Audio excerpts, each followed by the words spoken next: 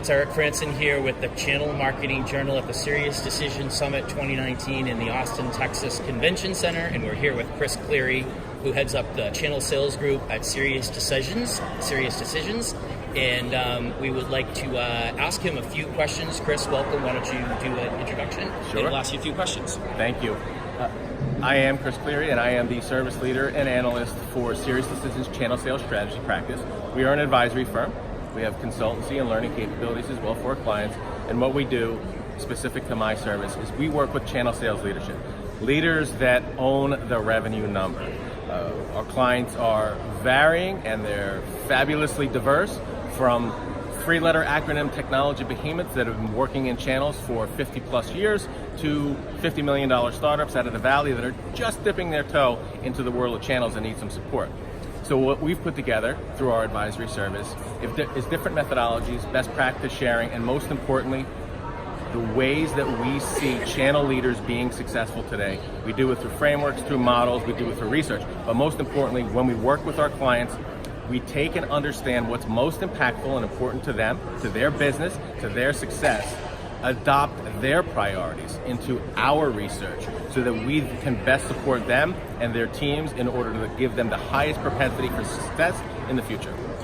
Chris, what do you hope that some of the folks that attend your sessions and your team sessions at this event walk away with? Sure. Well, one of the great things about Summit itself is that throughout my professional career as a practitioner, this is one of the largest and greatest gatherings of senior executives that I've ever been a part of.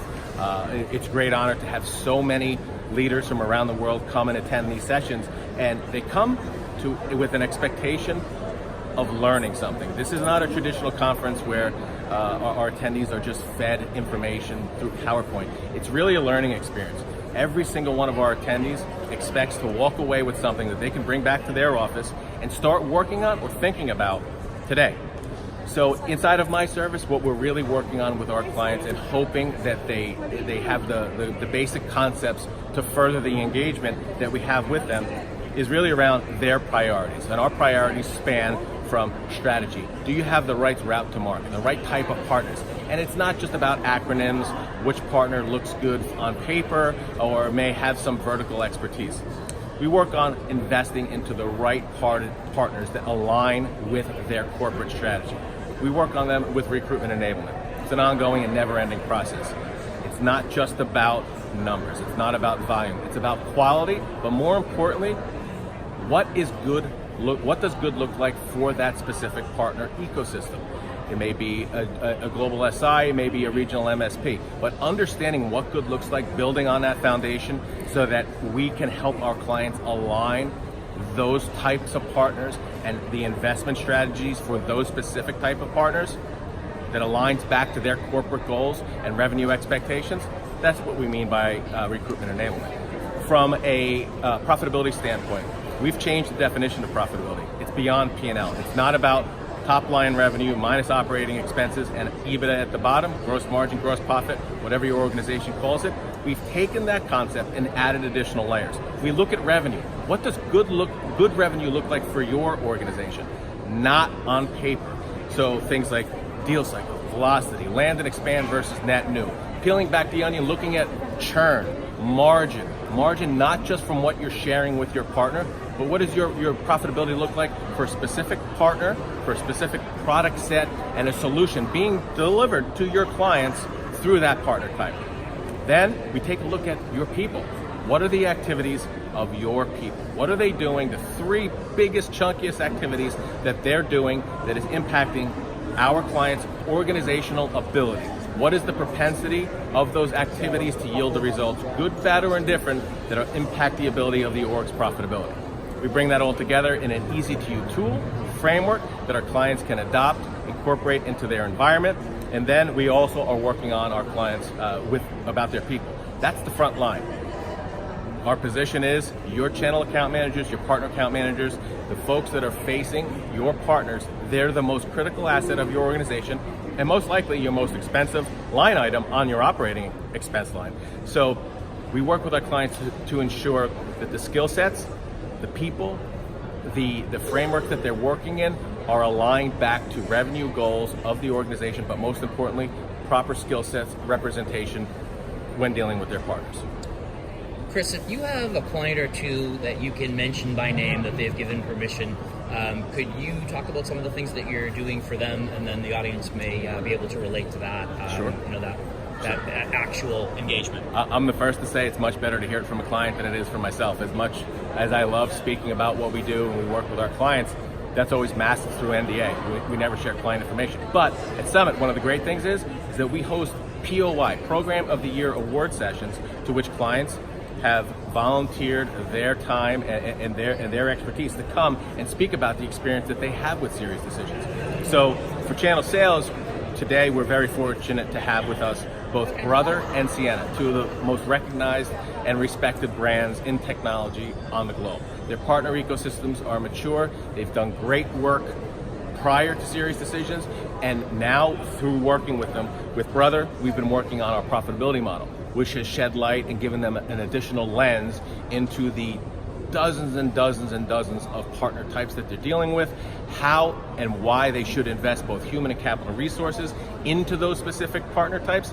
And again, it's not just based on stack ranked revenue, it's really about aligning what those partners, how they're going to impact the organization's ability to meet their financial goals profitably, how to support them, what are the behaviors that they need to implement, what do their people need to do to most impact their ability to meet their financial goals.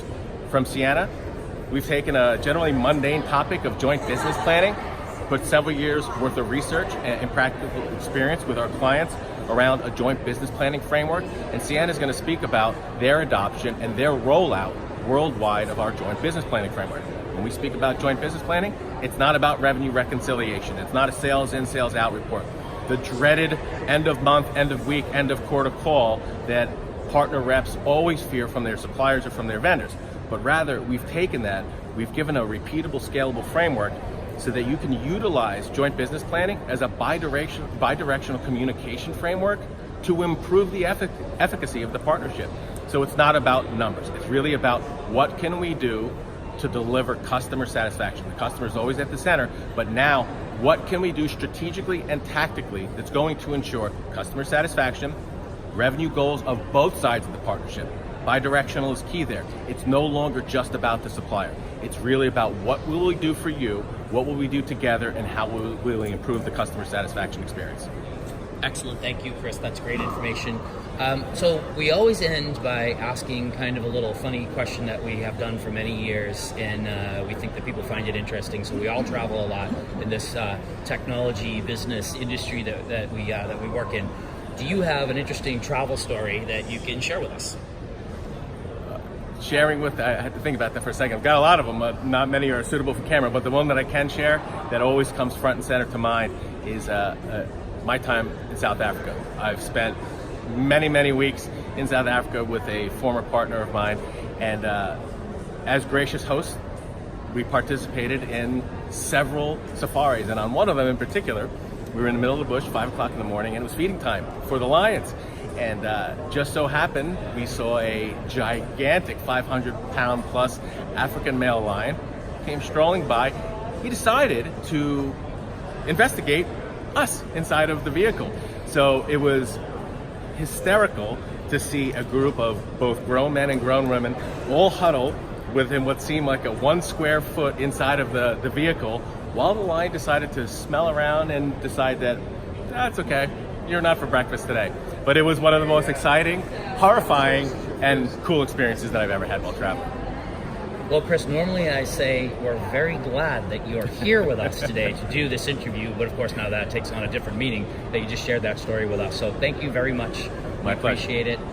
So this is Eric Franson with the Channel Marketing Journal here with Chris Cleary at the Serious Decisions Summit 2019 in Austin, Texas, and we hope to see you, Chris, and hope to share another tidbit with our viewers next year. Thank you very much. Thank you, sir. Chris, do you have an experience you can share with us? This is kind of a little question that we ask a lot of people that we interview, and it's what I think some of the people tune in for. Do you have a travel experience in your business or your personal life that is interesting that you'd like to share? I don't know if you can see the smile on my face right now, but as soon as you said that, I have several that I can't share with the camera right now, but one that I would is being in South Africa. Spent a ton of time in South Africa with a partner of mine in my practitioner days, and part of the experience of being in South Africa was safari.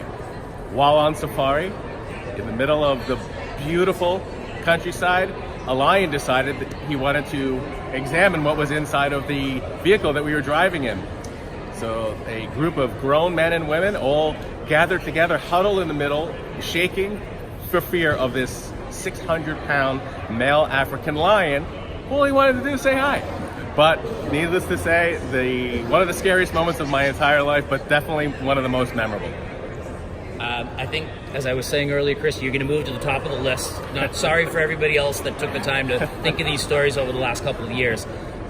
So this is Eric Franson again with the Channel Marketing Journal here at the Serious Decision Summit 2019 with Chris Cleary in Austin, Texas. And Chris, thank you very much for joining us. Thank you. And we look forward to seeing you next year. Thank you, sir.